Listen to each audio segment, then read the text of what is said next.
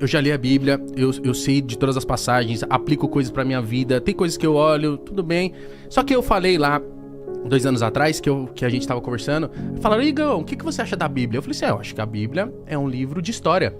Só que eu comparei de uma forma chula com o Chapeuzinho Vermelho. Eu falei assim, é um livro de história assim como o Chapeuzinho Vermelho. Aí cortaram isso, divulgaram, e aí hoje pra internet eu sou satanista, por conta disso. E aí a Fique galera... tranquilo que eu também sou vítima da mesma coisa e eu não tenho a exposição que vocês têm. Não, o Igão teve uma fase que ele virou o Satamém mesmo, mano. Sério. Era vídeos do TikTok. Eu tava aqui no TikTok do Nabu. Igão do Podpah, né, do Satanás. Olha o que ele falou. Eu falei, não tô com ele todo dia, a gente Você sabe que esses dias eu tava, crê em Deus, eu tava conversando com o Alok. E o Alok falando a mesma coisa. Ele pedindo algumas questões da Bíblia, ele tudo, falando que ele tava num lugar que ele botou uma pirâmide. Mas pra quê? Aquilo recortaram o negócio da pirâmide, falaram que ele era satanista, que era de Nova Era. Uma vez eu tirei uma foto despretensiosa, apenas com a mão aqui, sabe? Brincando, porque antigamente o pessoal tirava muito foto com mão aqui.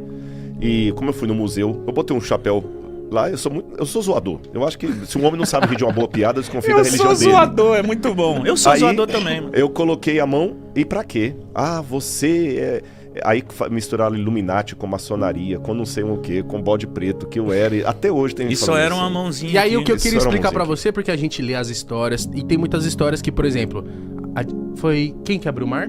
Moisés. Aí tá certo. E aí tem a história lá que Moisés chegou, e aí na Bíblia tá lá escrito que, tipo assim, subiu um paredão de água e aí eu fico assim na minha cabeça, falo assim, eu não creio que tenha sido assim, que ele chegou lá, subiu o paredão de água, abriu o caminho perfeito, os peixes congelou e ele passou.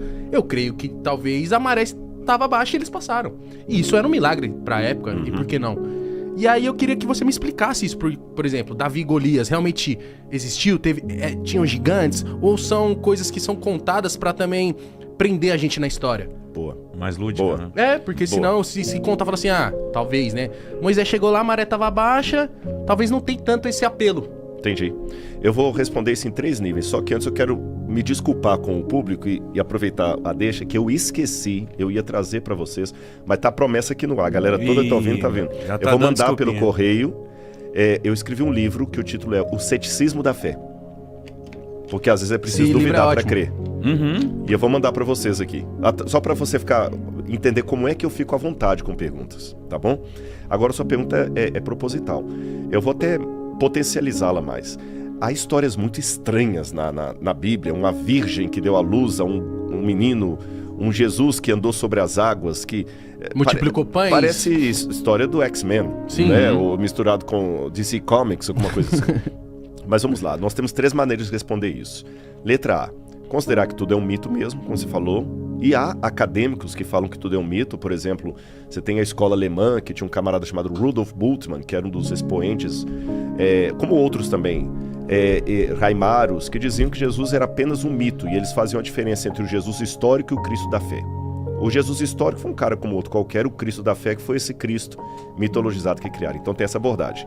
A segunda abordagem que tem é aquela, por exemplo, de um homem chamado também alemão, por coincidência, chamado Werner Keller, que escreveu E a Bíblia Tinha Razão, onde ele fala, não, os milagres aconteceram, mas foi isso, o Mar Vermelho tem uma época que a água fica mais baixa mesmo, eles passaram por ali e tal, e o camarada deu um enfeite, né? Como se eu contasse assim, na hora que eu tava vindo pra cá, rapaz, um cara ia me assaltar, mas na hora, não aconteceu isso, Não, né? claro.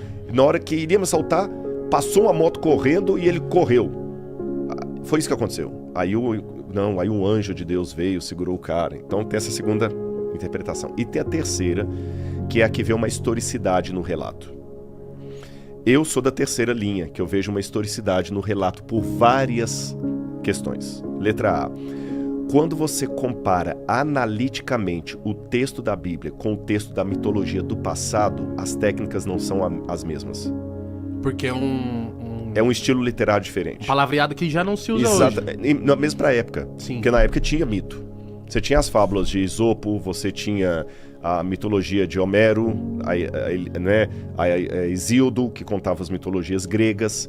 E o jeito também tem as mitologias mesopotâmicas. O modo como a Bíblia está escrito definitivamente não é uma característica de mito. Eu vou dar um exemplo para a galera entender. Lembra do Jô Soares? Lembro. Eu fui 3 vezes ao Jô Soares. Que legal, cara. 3 vezes na época. O Jô Soares não é um podcast. Não. Aí se no futuro alguém falar, não, o Jô Soares era um podcast, alguém que conhece vai falar, não era porque era uma entrevista, o podcast também era, mas o podcast tem essas e essas e essas características que o Jô Soares não tem. O Jô Soares tinha pauta, podcast não tem pauta. O Jô Soares era controlado o tempo, podcast não é, tinha edição. Então você sabe diferenciar um podcast de um talk show. Porque eu vivi essa época. Você viu essa época. Tá. Hoje, eu como arqueólogo, fazendo uma análise da literatura do passado, eu digo, literatura de mitologia tem características que a Bíblia não tem. Tá. Olhando pra cá parece a mesma coisa, igual alguém do futuro, é tudo entrevista. Não é, tem diferença. Então essa sua terceira linhagem, você acredita que aconteceu o quê? Vou colocar do Êxodo, por exemplo. Alguma coisa realmente fantástica aconteceu. Eu não acredito na ideia que a água baixinha, porque a Bíblia fala que o exército de Faraó foi afogado depois pelas águas. Sim. Então, se foi água baixinha, não é que essa água baixinha. Aí o milagre fica pior ainda, né? Então, o que acontece? Quando eu saio da Bíblia e vou para a cultura egípcia e eu encontro alguma coisa, encontro. Vou dar alguns exemplos para vocês. Muita gente pensa erroneamente que o faraó do Êxodo era Ramsés. Até o filme da Disney mostra isso, por causa de uma passagem da Bíblia meio anacrônica lá.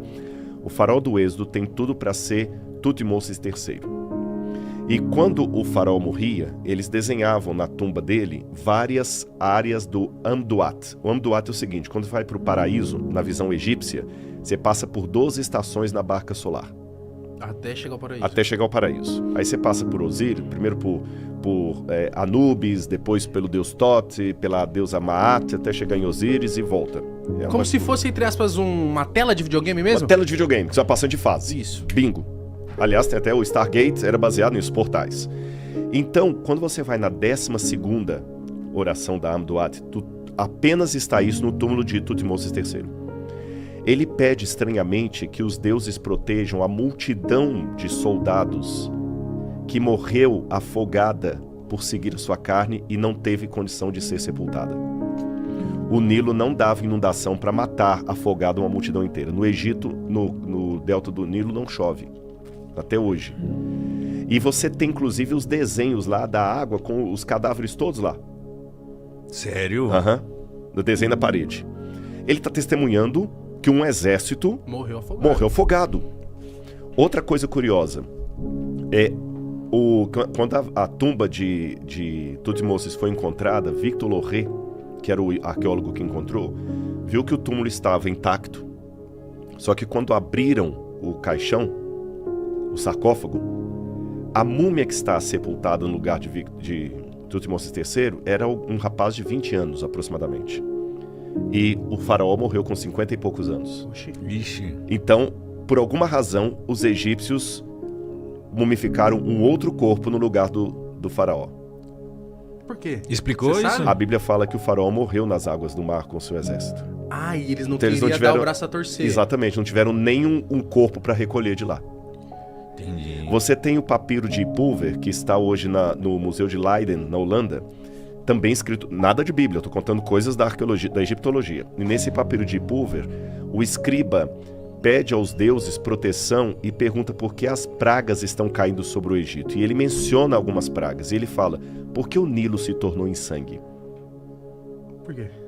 Não, ele questiona de maneira retórica. Tá. É como falar assim, pô, sacanagem, cara, por que fizeram isso comigo? Por que o Nilo se tornou em sangue? Por que os filhos dos nobres estão morrendo de maneira inesperada? Por que os animais estão ficando no canto? Por que a escuridão, ou seja, várias das pragas mencionadas no Êxodo estão ali?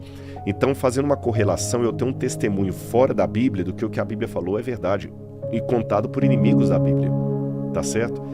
E o último elemento que eu coloco agora de ordem mais filosófica, para que um milagre extraordinário aconteça, basta uma